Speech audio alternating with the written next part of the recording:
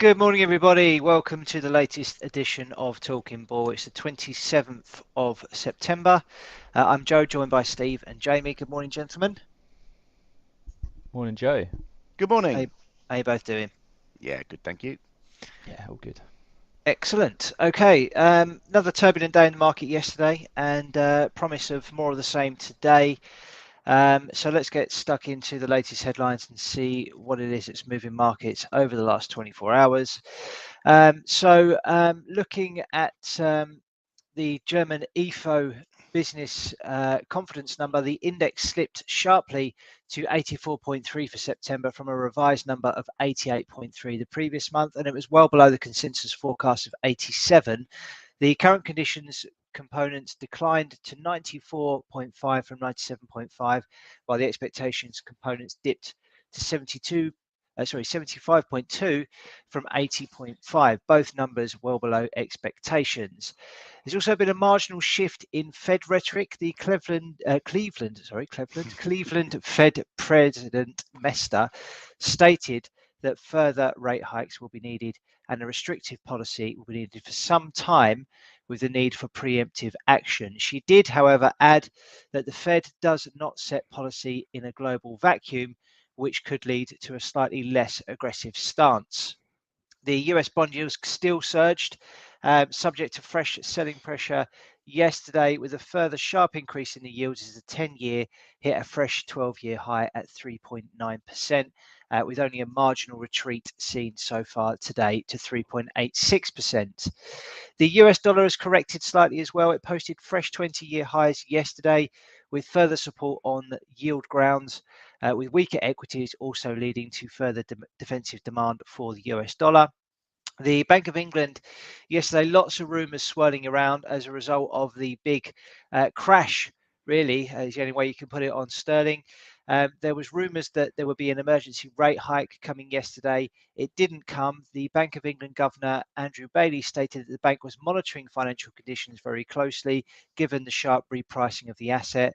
The bank also stated that it would make a full assessment at the November policy meeting and will not hesitate to increase interest rates as much as needed. So obviously not another meeting there until November, which he's claiming they'll be reviewing policy then. I guess what happens with the price action of cable between now and then will be watched closely, and they've said they won't hesitate to step in, so we'll wait and see if that is indeed the case. Sterling did attempt to stabilise a bit yesterday after the huge move to the downside. There was also a mild recovery in equities as well. In terms of other national bank action, the Bank of Switzerland, or the Swiss National Bank, stated that the bank will do everything to reduce inflation and make sure that inflation does not become entrenched. One of the members said that, however, the bank could intervene if the franc strengthened too far with the dollar. So plenty going on, as we've become accustomed to over the last few weeks or so. Lots of volatility in the market. Let's take a look at some assets now on the charts to assess price action and see if we can help set you up for the day ahead. Steve, take it away for us. We've seen a decent rally in Bitcoin in the last few hours. Looking at the slightly longer term chart, we made a lower low in on the 21st of September. Got very close to the spike low that we saw on the 18th of June. It posted an inverted hammer. You can see this candle here, inverted hammer, which is a bullish candle. Although it's red, it is a bullish candle, followed by a bullish engulfing. So that pretty much put the low in, gave us a little bit of confidence to get long of this. I think we talked about it on one of the shows last week, and we've seen some 3 small negative days, and again a little bit of a reversal formation from these 3 candles, and a nice punch up through resistance, which was coming in around about the 20,000 level. We're trading at 20,200 now. Further resistance all the way up. There's no shortage of it. 20,500 all the way up to 20,700 is pretty key at the moment. Above that, another 2,000 points before we get some solid resistance. Looking at the 4-hour chart, well, I'll tell you what, let's look at the weekly chart to give you a view of how this works overall in the bigger picture. We're seeing a little bit of a pullback here. So not much of a pullback, as we said, plenty of resistance all the way up. The major resistance for me is all the way up at 29,000, but can't see that getting there anytime soon. The other cryptocurrencies, the one I'm looking at on the weekly chart that has performed really well is XRP. This is broken above the downward trending resistance line and looks pretty solid to me on a short-term basis. We've seen a nice inverse head and shoulders formation, which is has led to a spike higher. And yeah, we seem to have sort of found a little bit of support now at the 45 or 46 cent level. So anything below there, next support coming in around about the 41 cent level on Ripple. Commodities, gold had a pretty decent a volatile day yesterday. We're in this downward channel, continuing lower. We've just broken through the midpoint of this channel. However, we found support now at 1622. Looking at this on a weekly chart, we've broken through this major support level and we've spiked lower and looking to sort of recapture ground now. So really focusing on dollar. That's what seems to be driving gold at the moment. And if the dollar does have a little bit of a pullback lower, then we should see that gold settle down a little bit. The resistance levels that we're really looking at, go to the short-term chart. We should expect resistance between 1650 and 1655, and then all the way up to 1670 to 90. Solid resistance there. We have broken down through the support, and we do expect further downside. How far do we expect it to go down? Well, we've got like measured move targets all the way down to 1370. I'll show you on a weekly chart, probably a bit better. For some reason, it seems to have disappeared from here, but this is what we're looking at. The double top formation and extending that lower, and that takes us all the way down to 1280. In fact, that's a you can see the 100% Fibonacci 1280. We've also got support down at 1440 and 1560. Their Fibonacci retracement levels, 61.8 and 50% respectively. Moving on to crude oil, continues to see lower prices and a big correction now in play. We've got a nice short-term chart that we highlighted, this triangle formation, which is a negative formation because we're in a downtrend and it has broken to the downside. And we seem to have stalled, as I say, at $76 before getting some sort of recovery. Obviously, the volatility in WTI crude oil is pretty decent, and lots going on there with the Russian situation, obviously the main backdrop. On the daily chart, we've just touched support at 78.6 fib, support coming in at $76, and looking for a little bit of a bounce off there. In terms of the overall picture, again, we should expect to see resistance now coming in at $81 all the way up to $85. So still remain negative on there, but potential for a little bit of a correction higher. Similar sort of pattern in natural gas. Saw the spike lower, got down to 675, and let's try and get a little bit of an idea on from the fib perspective.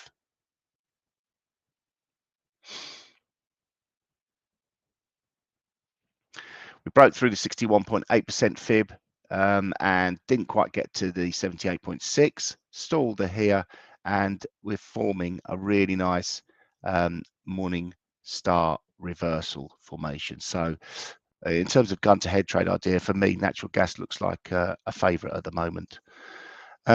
Just covering off, finishing with Brent crude oil, just giving you the levels in here. Obviously, previous support at $86 has been broken. We managed to get down to 82.38 before the correction higher, trading now at 83.75. So looking really again in line with WTI crude oil to sell into rallies, and Brent crude oil coming in resistance coming in at 86.75 for further downside. But yeah, wouldn't be surprised to see maybe a bit of a deeper correction higher from the bounce we've just seen. Seems to be a little bit of a turn in the market from that side of things. Okay, lovely. Thank you, Steve. Okay, let's take a look at FX then. So dollar index, obviously the starting point because it is still the undisputed #1 asset to own. We saw the big breakout above resistance at 111.31. Let me share my screen. That would be helpful, wouldn't it? Here we go.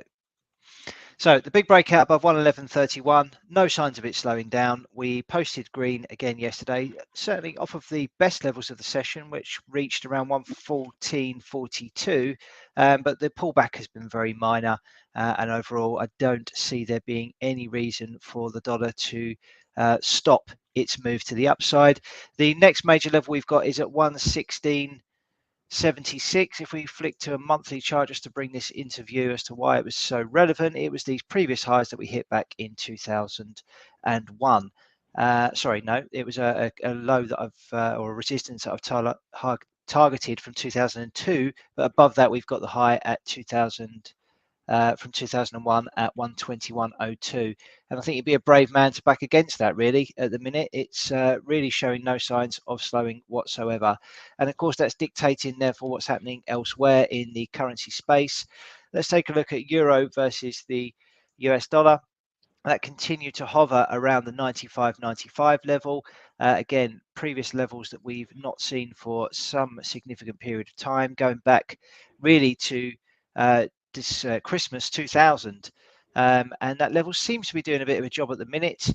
It's still very early in the week. It's maybe forming a bit of a bullish hammer, but we need to see a fair amount more before we can be convinced of that.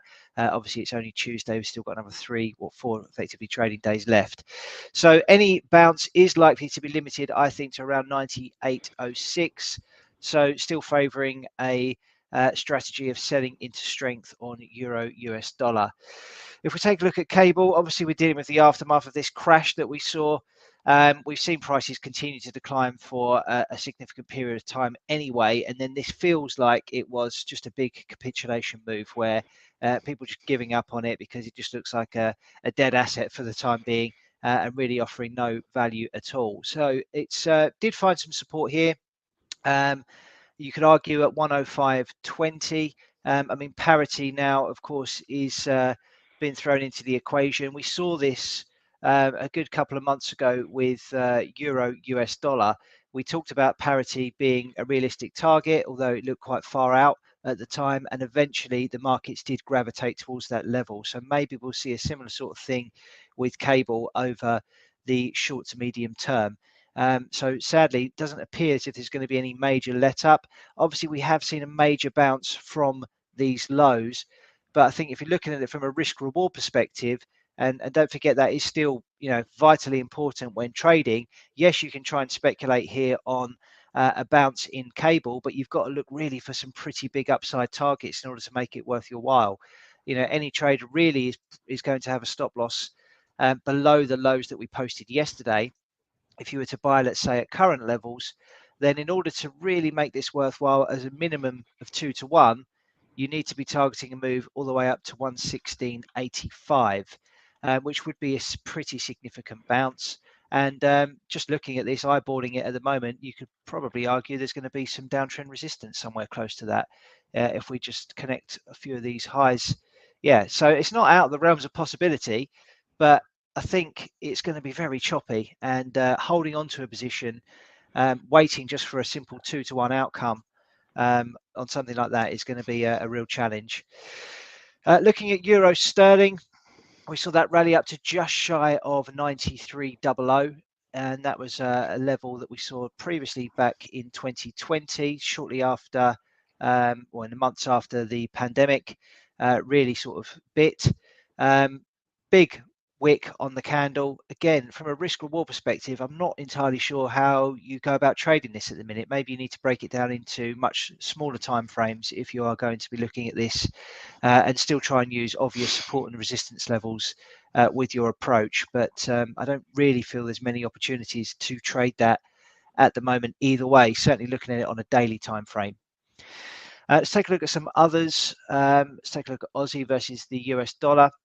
That's continued to decline, falling bang onto a 61.8% Fibonacci retracement level.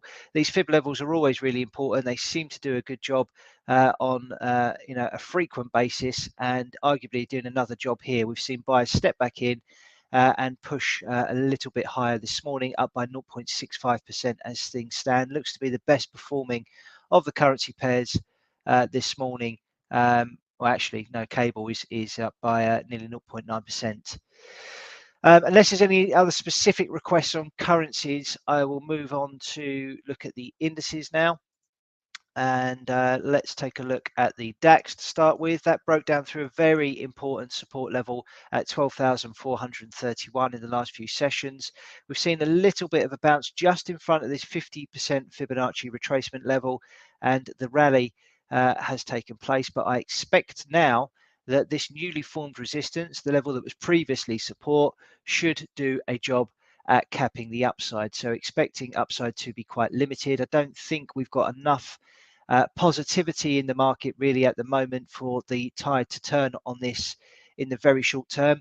I'm very happy to be proven wrong, because obviously it's pretty tough going at the minute. And as much as I'd love to see a bounce on the upside, I just don't really envisage it happening anytime soon. Looking at the Euro Stoxx 50, again, big level broken down here, and again expecting this now resistance, which was previous support, to do a job. So we're rallying into 33.85. We've touched it pretty much on the daily chart, and we have come off of that level on an intraday basis. So are we going to see further declines there? Based on the how severe this break is and how big this support level has been, I think we have to favour trading to the short side still on this. FTSE 100 was interesting yesterday. Obviously, a lot going on with the currency. On a relative basis, this market continues to hold up very well because it is just a bit of a strange market made up of banks and miners, which a lot of them make revenue in dollars as opposed to sterling.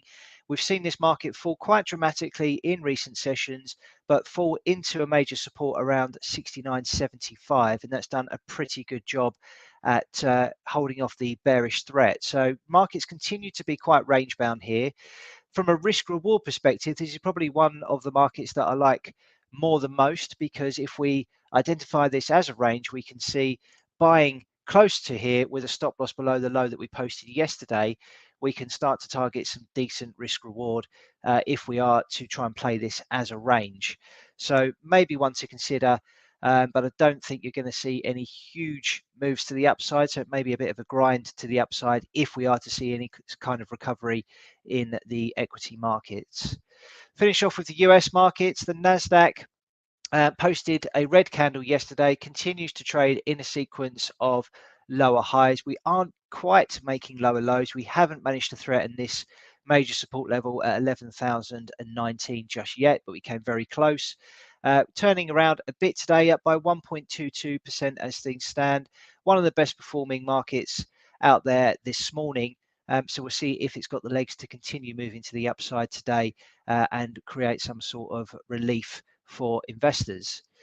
S&P 500, another one that just came up just shy of this key swing low that we posted in June at 36.36. Trying our best to engulf all of yesterday's losses very early in the session, but if we can see a decent bit of green here, again, from a risk reward perspective, this may be one that you want to target, because it has held on to this support level, so we can have a stop loss just below that and start to target maybe some sort of recovery in the short term. So even on a 2-to-1 basis, you need to move to around about 38.55, and that could potentially work out quite nicely in the very short term. Let's take a final look at the Dow. So I don't think the Dow should be considered really a catalyst for what the overall US is doing, because it's only 30 stocks compared to the S&P 500, which is 500 stocks. So I'd prefer to use that as your kind of barometer, if you like, for the outlook of the US market. But nonetheless, There are some big hitters in the Dow Jones, as we know, and this has broken down through a key support level. It's taken out that 29,653 level, which was also pretty much a 38.2% fib level. So we are now rallying into the underside of this newly formed resistance, and it'll be very interesting to see if we can retake this today, because if we can't, then it could tee up further declines towards the 50% fib level, which comes in at 27,578. So a little bit of conflicting signals really in the US markets. I'd prefer to side with the S&P, which, as we mentioned, is above support at the minute. And if we can see some sort of engulfing price action today, taking out all of the losses that we posted yesterday, then that may be a positive sign that we're in for a bit of a correction to the upside in the very short term. That's it from me. Cool, thanks Joe. I'll dive into a few stocks. We'll start off with our biggest gainer and loser of the day. PBTS is our biggest loser, down 68.57%. I think this could be a problem. No, we're okay. PowerBridge Technologies. Let's have a look. Where am I going? News. Here we are. Midday decliners. Here we go. PBTS said it obtained an exclusive right in China via a partnership with World Football Collection to offer a series of soccer collectible non-fungible tokens on Ali auction. Wasn't received well by the market apparently. Yeah, down 68% on that news, I suppose. Flip side of this, 97.5% up for LVTX. This is Lava Therapeutics. This could be a problem for me. Let's see why this news has happened. LVTX. Where are we? There we go. CGen was slipping 2.4% on Monday after trading on close. That's a lot. Been let off there, Jamie. Lava 1223. That's a good name. You see, they should name all drugs like this. I feel any word with more than 5 or 6 letters is just unnecessary. So a Lava 1223 is good stuff. Thank you for that, LVTX. Looking at the stock heat map for yesterday's trading, heat map of S&P 500, we can see it wasn't too much happening yesterday. A lot of stocks quite flat. Most notable ones I can see are Costco up 3%. I think that had earnings yesterday actually, or the day before. Meta Platforms down 3%. We'll check that out in a sec. But other than that, I mean, it was certainly a down day, but nothing too crazy. Like we've seen in recent times. So let's have a look at a few of these. We'll start with AMC. This was down 14.52% yesterday. Volume picking up as well. Things aren't looking great on this at the moment. If we bring out to a weekly chart, we get a bit of a better picture of where we're at. We've still got this quite key level here, this low from May that we haven't taken out yet, but the way price action is looking, it's looking like it could be at least tested in the near future. And below that, we've got a fair bit of room to fall a bit lower on AMC. So not looking great there. What's also not looking great is Novavax. It was down another 10% yesterday. Just looking really horrible day after day at the moment. We keep coming back to this. I remember, I think I've said this a few times, but looking at this like kind of when I first joined Talking Bull back kind of when it was around $200. And it's amazing. One of the lessons I think I've learned is how quickly stocks can fall. I mean, $200 all the way down to 18 now in half a year or so. Taking out this support level we had here pretty convincingly last week and still heading lower. Our next level being this 1474, which plays in with some supports all the way back from 2005, then the financial crash, once again in 2017, and possibly coming up now in 2022. So we'll keep an eye on that. We'll keep checking in. Plug Power, we looked at this. I'm not sure we need to look at it again actually. Let's get rid of it. Peloton, we've got this continuation head and shoulders here. Looking at this again, really horrible kind of, well, let's see, it topped at around 168 back at start of 2021, and since then we're down to $8.22, reaching new all-time lows this week. So yeah, looking certainly nothing structurally that looks like this has any turnaround anytime soon, but we'll keep checking it, keep having a look. Moderna, important week for Moderna. We've been noting this important 120 level for a while now. On a weekly chart, you can see we haven't actually closed under, well, last week's the lowest close we've had, but it's still just about at this support. That was at 122. This is also being propped up a bit by the 78.6 fib, but if we do get a move below that, it's a lot of open ground for it to fall. The next kind of area of consolidation is all the way down at about $75, so a fair way to go if we do get a break of that. Wanted to check out Meta again. So we can see a couple of weeks ago we got this pretty key break here of the 61.8 fib level after that period of consolidation we were really bored of. And it really has just headed lower here so far without much sign of revival. A couple of green days, but nothing really, and you can see the volume at the bottom here. All the big volume days are these red sell-off days. So yeah, again, not looking great. We're closing below, if we do get close at this level, we're below the COVID pandemic lows from 2020.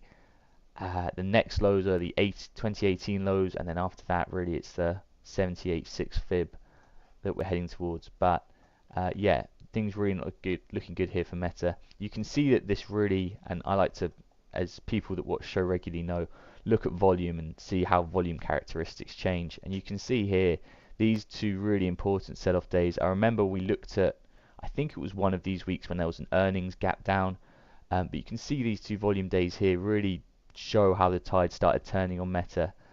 And you can see again, before these sell-offs we had here, we had these high volume sell-off weeks. So that's why I do use it. It can give you a bit of a precursor of what's to come, and we are having this extended sell-off now and no sign of it stopping anytime soon. Google, we didn't check this out yesterday, but closed below the 50% fib for the first time since, I mean, we closed at this level since March 21.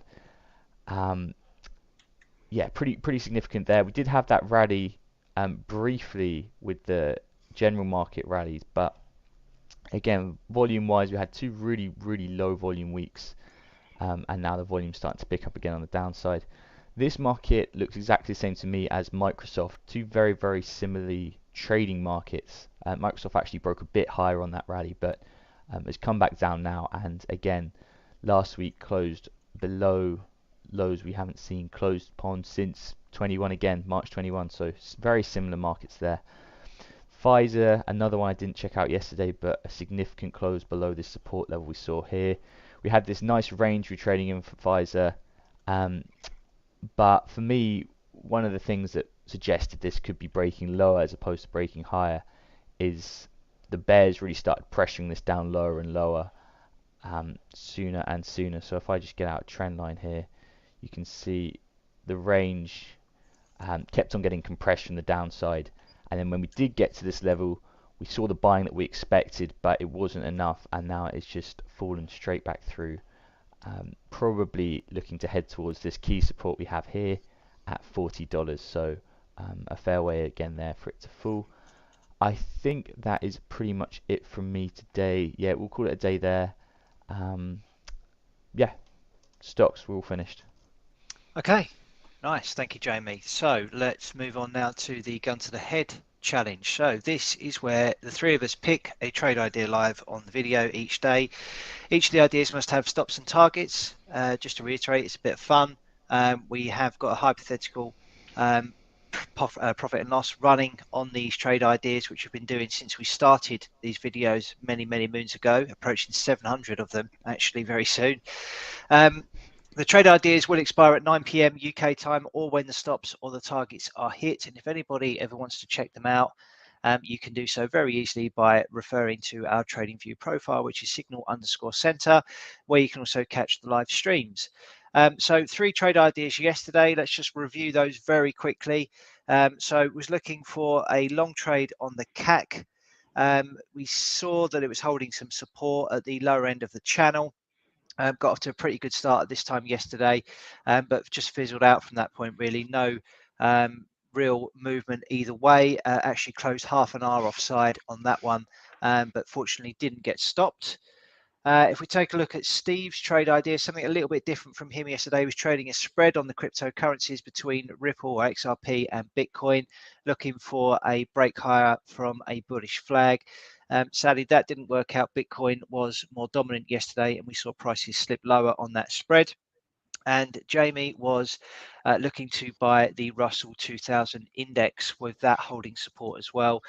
Sadly, the US markets didn't really do an awful lot yesterday. Quite a choppy session, but sadly that resulted in a stop out. So overall, we're still doing pretty well. We will obviously have these days where trades don't work out in our favour, but this is just an indication of how the overall account is looking. So we base this on £1,000 starting value, and we've been running this for, as you can see, nearly 650 trades.